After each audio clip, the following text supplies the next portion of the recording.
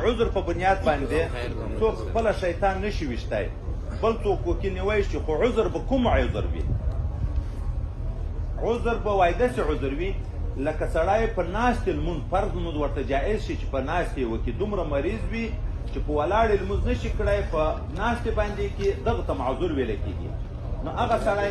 یا شدید مرض ورته پیدا شو تبه ورغله سخت مرض ورته پیدا شو د مرض زیادت خطر و هغه سړی بل څوک وکیل کوی شي وکیل هم د دې لپاره ویشتی شي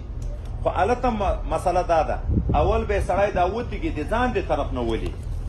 بیا به وروسته وکالت کوي د غبل د طرف نه اول به د ځان نه ولي داسې نه یوه تېږه د ځانه یوه د هغه نه یوه د ځان نه اول به د خپلې وتېږي پوره کوي بیا به د هغه وکیل چا چې وکیل د هغه د طرف نه به و او که سړی خپله قادر و په ورتګ باندې